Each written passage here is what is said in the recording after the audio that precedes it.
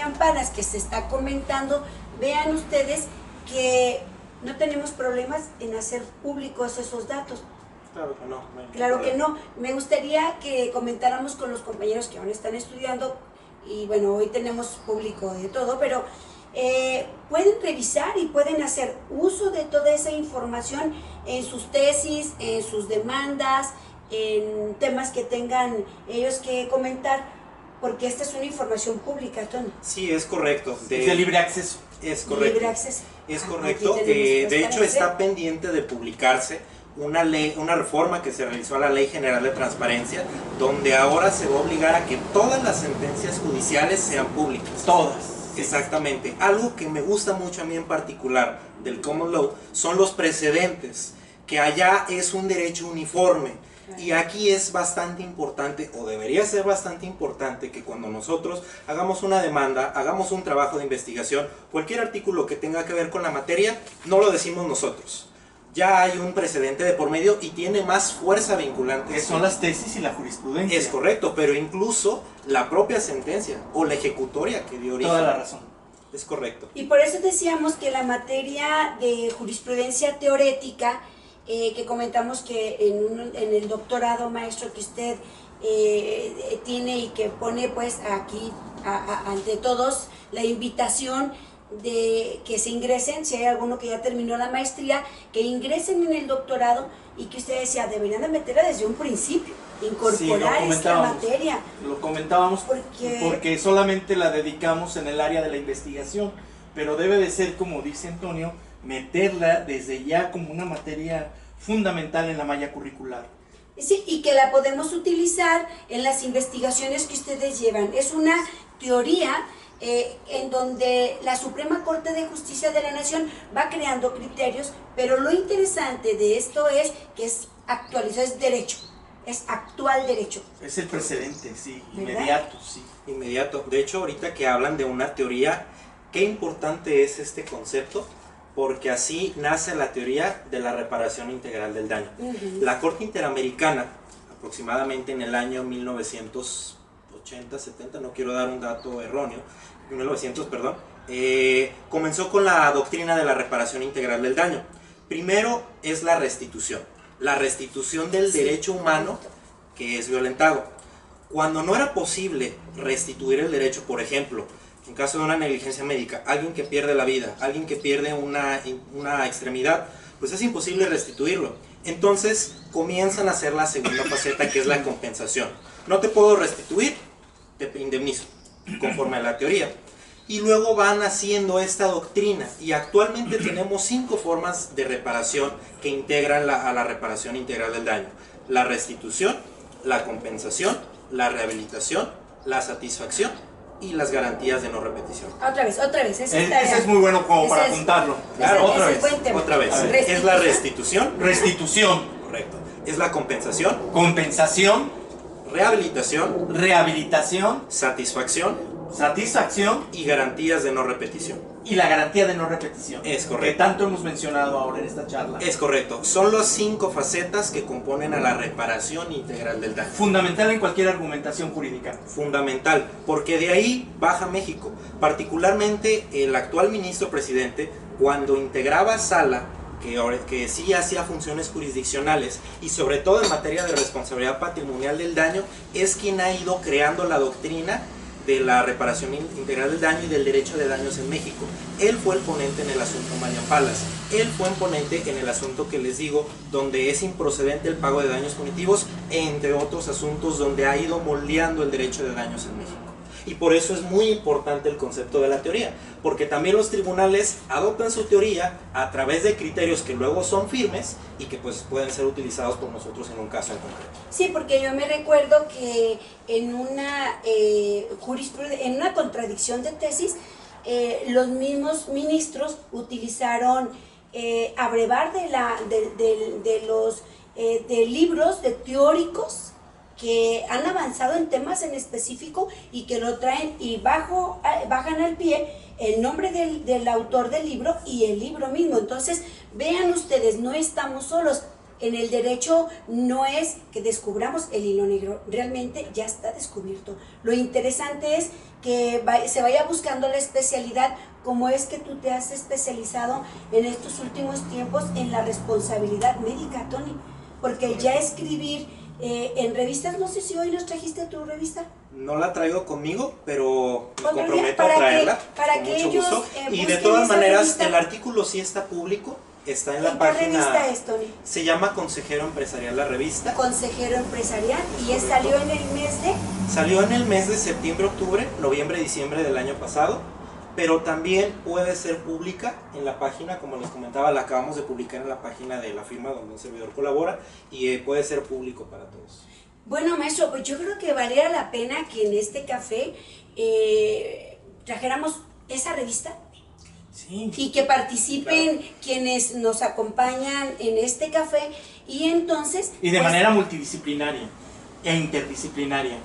Si nos acepta, Toño, la próxima plática, cafecito, invitar a un médico, claro, multidisciplinario que maneje también el área del derecho y de la medicina, y empezamos a hablar de este tema de la responsabilidad médica, sí, desde la visión también de los médicos. Sí, ¿qué opinan ellos? Porque como tú bien comentabas, a veces que ellos se preocupan por salvar el caso de Oaxaca, al enfermo, en preocuparse y ocuparse por la salud de las personas y no estar, porque fírmeme usted este papelito, pues, o sea, no es una responsabilidad directa de ellos, sería de claro una, sí. Doctora, de la institución. Fue el caso de Oaxaca, del médico que tuvo que operar por una situación de vida o muerte, que no tuvo oportunidad de cumplir con los protocolos de la norma oficial mexicana, pero él decía, yo tenía la obligación de salvar la vida del paciente. Claro. Se murió, pero mi obligación era hacer lo posible. Y bueno, y casi, si no fuera porque hubo un pronunciamiento del Colegio de Médicos a nivel nacional, la persona iba a ir a la cárcel. Claro. Porque había cometido un delito. Por eso es importantísimo invitar al médico para como ponderar, para ponderar. ver qué hay, porque a final de cuentas ellos serán sujetos de la responsabilidad porque y el abogado de buscar la exoneración del médico si es el cliente, o acreditar la responsabilidad médica si el cliente es y el juez de ponderar las garantías, con Ajá. todo lo que ha hablado Tony esta tarde, de muy importante la ponderación. No, y aparte comentar de verdad que en el derecho administrativo, contencioso administrativo, es importantísimo que busquen un especialista.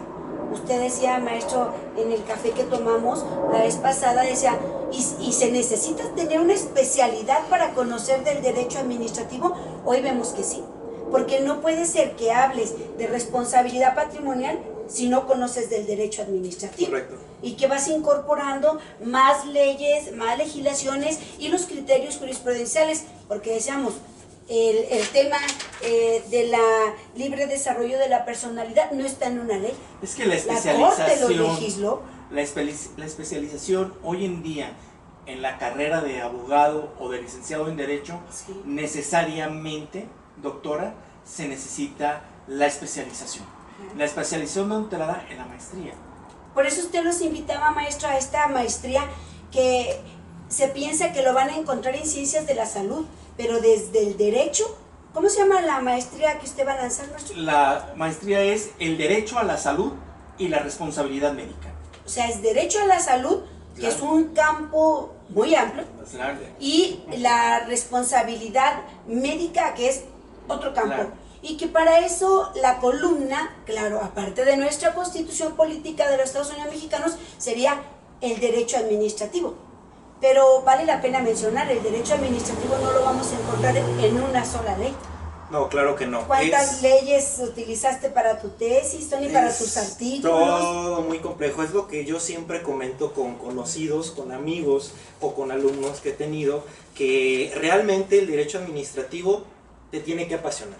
¿Por qué? Porque si yo quiero litigar derecho familiar, me voy al Código Civil. Si quiero litigar mercantil, me voy al Código de Comercio. Sí hay otras legislaciones, pero no son tan amplias. Pero si quiero litigar derecho administrativo, me tengo que ir a una ley general, que es la del proceso administrativo, me tengo que ir a la ley particular, me tengo que ir a la ley de la autoridad que estoy analizando, hay reglamentos, en materia fiscal aparte hay misceláneas fiscales y es... Tomen su cafecito, por favor, la lista sigue. Es correcto. Sí. Todo un organigrama complejo. Es todo un... diríamos que es como un piano, o sea, son todas las teclas se van a utilizar, porque ahora ya no solamente sería iniciar desde la Constitución, no, el bloque de constitucionalidad, el bloque sí es muy importante, los derechos internacionales, los tratados de carácter internacional, las circulares de carácter internacional, ¿qué dice la Corte Interamericana de los Derechos? O sea, entonces, si alguien trae temas de investigación, si alguno de quienes nos acompañan hoy en el café tienen demandas como la que dejaste a la mitad por venirte corriendo para acá, ¿verdad? Platícales, porque los términos son fatales. Los términos son fatales. Yo creo que también el cúmulo de trabajo por el regreso de juzgados me absorbió y sí. En realidad tengo un término el día de hoy. ¿Ya regresó el Tribunal de lo Administrativo? Es correcto. ¿Todos? Ya regresaron. Porque había una prórroga hasta el día 10. 10 para los juzgados locales, civiles, mercantiles, familiares del Estado, pero tribunales federales, Poder Judicial de la Federación, Tribunal Federal de Justicia Administrativa y en este caso el Tribunal de Justicia Administrativa ya están en función. Ya se puede invocar la justicia. Correcto. ¿Qué tal las filas para los practicantes del derecho? Para el abogado litigante, que el cliente a veces piensa, mi abogado ¿en dónde estará? Y el abogado haciendo fila para que le reciban su demanda.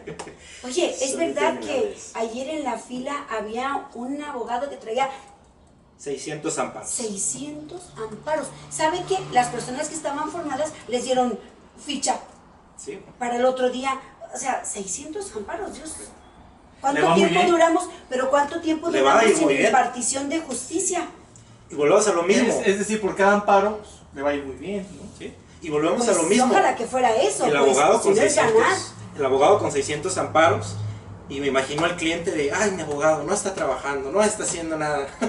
No, nos consta esa situación. Está tomándose el cafecito. Y hay que considerar ambas partes. La situación es atípica y es una situación que lo que se debe de cuidar y prevalecer pues es la seguridad y la vida de todos. Claro. Pero esta carrera de derecho que nos lleva a un café que nuestro maestro... Con su sana distancia. No, y que usted le denominó razón. Es razón y justicia. Y justicia. Razón y justicia. Tienes que tener la razón para poder invocar la justicia. Siempre eso es importante. Pero yo te hacía una pregunta hace rato. Del origen de esto. De las desapariciones forzadas. Claro. De hecho, maestro, dio justo en el punto medular, porque la Ley General de Víctimas nace así en México. Como podemos recordar en el sexenio de Felipe Calderón, pues existían múltiples violaciones gracias a la guerra contra el narcotráfico. Y pues bueno, las desapariciones forzadas aumentaron en el país de una manera impresionante. ¿Qué pasa en el caso de las desapariciones forzadas? Pues bueno, como no hay un responsable y ni siquiera se puede encontrar a la víctima, estos delitos quedan impunes. Entonces era tanta la presión, tanto sufrimiento por parte de las familias de las personas desaparecidas, que en México nace la Ley General de Víctimas. La Ley General de Víctimas se enfoca en dos grupos: las víctimas por hechos delictivos y las víctimas por violación a derechos humanos. En este caso, si una persona es privada de la libertad, se ocasiona la desaparición forzada de personas, pues bueno, la familia puede acudir en primer término a que se le reconozca su calidad de víctima. En segundo término, a que se den la atención psicológica, la atención médica o todas las medidas necesarias para que no tengan ese sufrimiento o se aminore lo más posible. Y en tercero, si no hay un responsable del delito, el Estado responde a través de un fondo y le paga en este caso a las víctimas. He de mencionar que Jalisco, la Comisión Ejecutiva de Atención a Víctimas del Estado de Jalisco, es la primera a nivel nacional en efectuar este tipo de indemnizaciones. Y que contiene la garantía de no repetición. Es correcto, es correcto. Hay una expresión de la Corte Interamericana que me gusta mucho, que nos permite entender por qué 5 medidas de reparación. No en todos los casos se van a imponer las 5. Dice la expresión que la reparación es la forma en que el Estado puede reparar la violación que ocasionó o el hecho lesivo. y la forma de reparación va a variar en cada caso en específico. Mencionábamos el caso del bache. No va a ser lo mismo la garantía de no repetición o las medidas que se adopten en el caso de un bache que en el caso de alguien a quien le secuestraron a su hija, la encontraron descuartizada o ni siquiera la encuentran. Reparar es reponer. Es correcto. La gravedad del asunto es muy distinto, depende del poner caso las cosas a como estaban. O intentar resarcirlas de la mejor manera posible. Es correcto. Sí, como regresar a la persona que no encuentra, ¿no? Sí, o sea, es imposible regresar a la persona. Que fue la materia que fue para el origen de este tema, el caso Correcto. Radilla Pacheco. Así es correcto. Después de 10 años. Es correcto. Y que todavía está pendiente, ¿verdad? Es correcto. De hecho, las garantías de no repetición, una de ellas es encontrar el cuerpo de Radilla Pacheco. Pues hasta la fecha no El lo caso han encontrado. Ayotzinapa. El caso Ayotzinapa es otro ejemplo muy claro. Y digo, muchos que ha tenido el Estado mexicano. Y ahora en el Monumento a los Niños Héroes, que hoy se llama el Monumento a los y las Desaparecidas. Exactamente. Sí. Oye, Tony, yo veo que tú hablas víctimas por acción, pero también puede haber víctimas por omisión. Claro porque que sí. la actividad de la administración pública puede ser por acción o por omisión.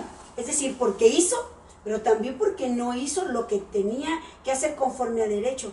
Es correcto. De hecho, por ejemplo, si en este caso de la comisión de un delito, quien tiene la facultad de investigar, pues es el agente del Ministerio Público. Pero ¿qué pasa si yo soy la víctima y yo le propongo pruebas al Ministerio Público para que él las desahogue? Y el Ministerio Público por omisión no las realiza. Y pueden pasar dos casos. Una, o que pierda los elementos del delito, o dos, que le prescriba el ejercicio de la acción penal. Y ahora la pregunta es, ¿y mi reparación del daño? ¿Y mi reconocimiento como víctima dónde queda? Bueno, pues ahora me voy a ir en contra de la entidad por esa reparación, para que se me otorgue por no hacer lo que la ley expresamente le dice que haga. O también puede ser por acción, digo, puede entrar de las dos maneras. Que ese sería el objeto de esta materia. Es correcto. Y lo que tienes que probar. Es correcto. Bueno, porque no un civilista puede entrar tan fácilmente en esta materia. Tiene que tener conocimientos básicos del derecho administrativo, lo decíamos. Porque pueden el civilista llevar asuntos en vía civil, como correcto. Tú le decías, el tema que decías, lo vamos a comentar, ya vamos a la mitad pasada la mitad del cafecito, que dijiste, en materia civil se da la responsabilidad también. Sí, claro, en materia de responsabilidad civil yo me puedo llevar directamente a la persona. Hay esencialmente dos tipos de responsabilidad, la contractual y la extracontractual. La contractual evidentemente pues tiene que haber un contrato de por medio y ahí expresamente se contemplan los supuestos de responsabilidad.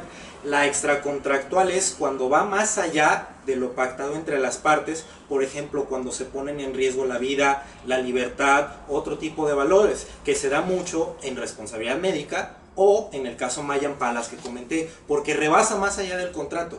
Y la extracontractual se puede dar de dos formas. Puede ser una responsabilidad objetiva o una responsabilidad subjetiva. La objetiva en materia civil, no en materia de responsabilidad patrimonial del Estado, es el uso de sustancias peligrosas, por ejemplo, electricidad, gas, sustancias inflamables, vehículos. Y bueno, ahí nada más basta con acreditar lo que se llama la teoría del riesgo creado, la afectación que yo pude crear y ya, no necesito un elemento de culpa.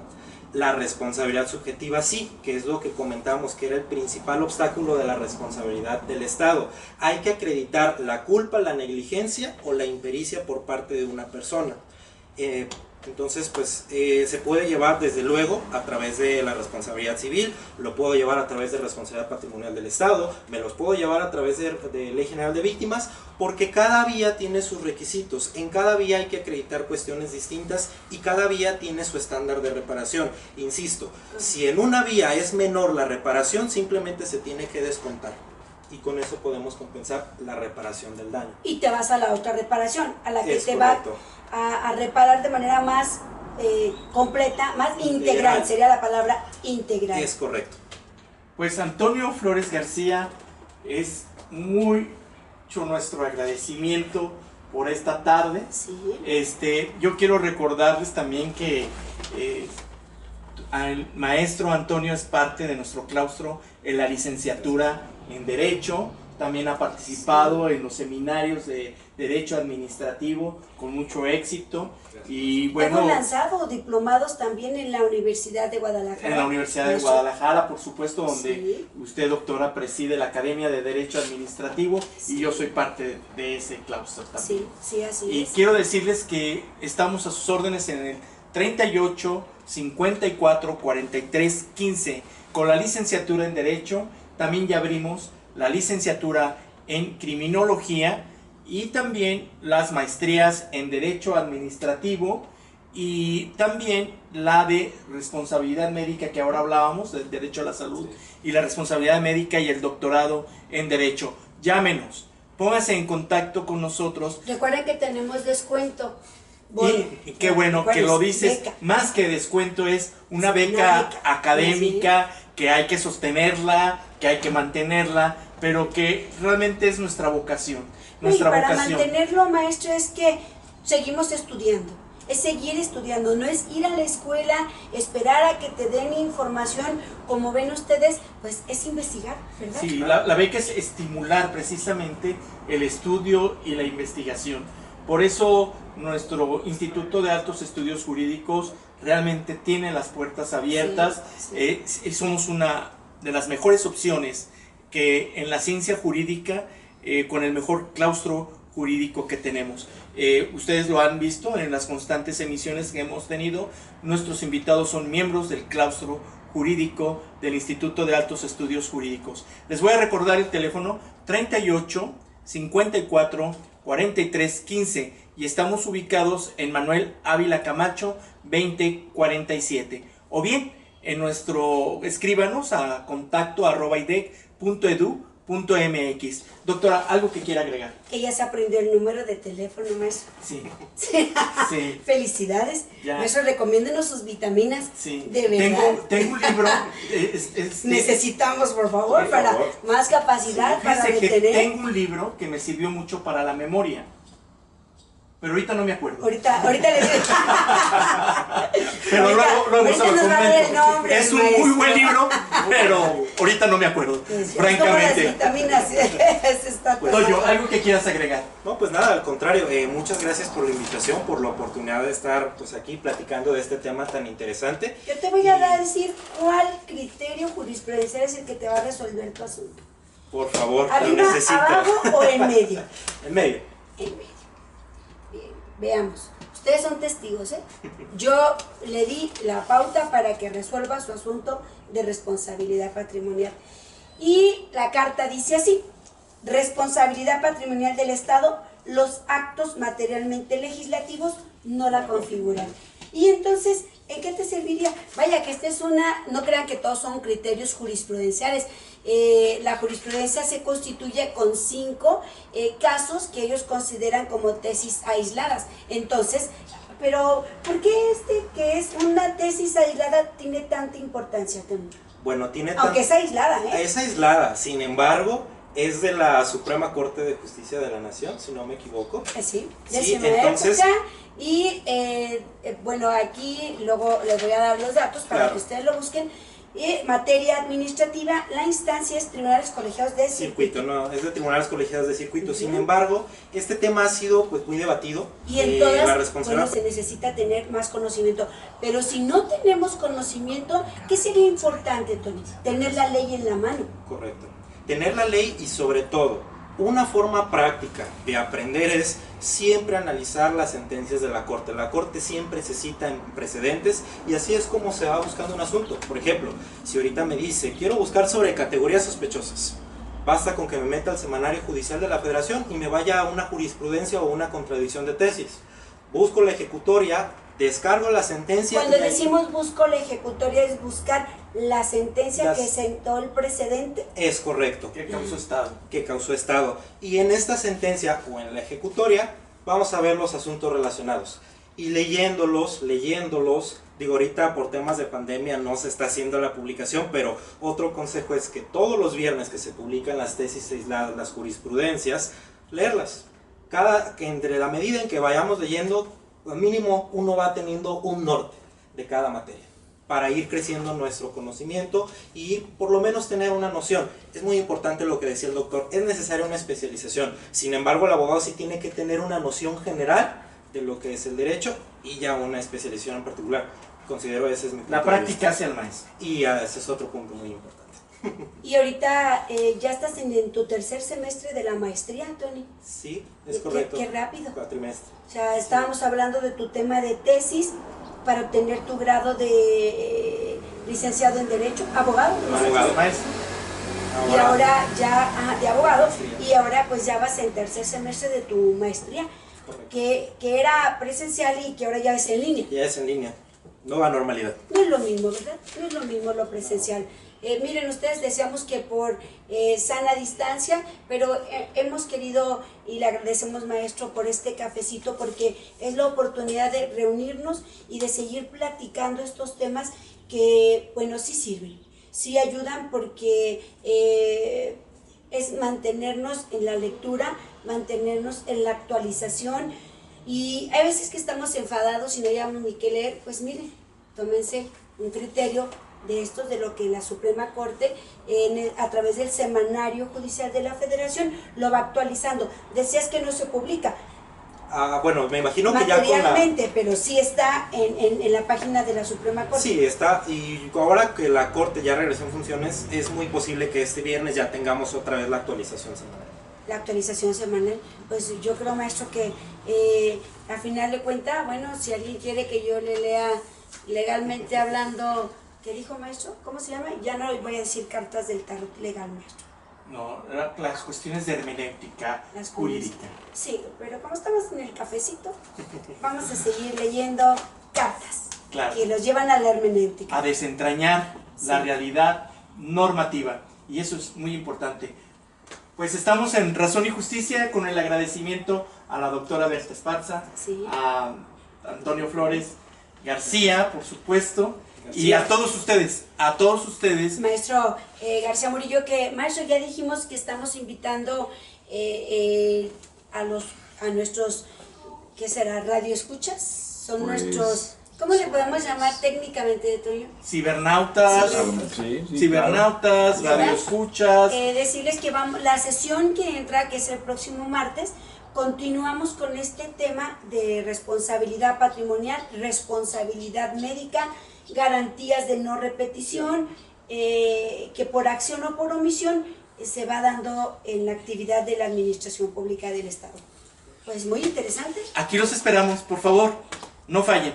Estaremos Gracias. Con ustedes nuevamente. Comentarles del audio y todo eso que a lo mejor las veces que tuvimos, sí. Que vamos a mejorar un poquito la transmisión. Vamos a, hoy pues cambiamos la ambientación, y por eso es que quizá la distancia no ayudó mucho, pero la sesión que entra, maestro, tenemos más elementos pues de apoyo que nos vamos a mejorar. El tocayo Toño, que se va a hacer cargo de que el audio mejore. Vamos a mejorar. Ya es un compromiso. Pero gracias por estos comentarios, porque podemos ir mejorando de manera pues técnica, y también los que participamos aquí. Gracias por invitarnos a nuestro cafecito. Gracias a ustedes, sí. Y gracias a todos por estar en esta sesión de Razón y Justicia. Nos vemos. Hasta el próximo. Gracias, Tony, por acompañarnos. No, pues no, a ustedes.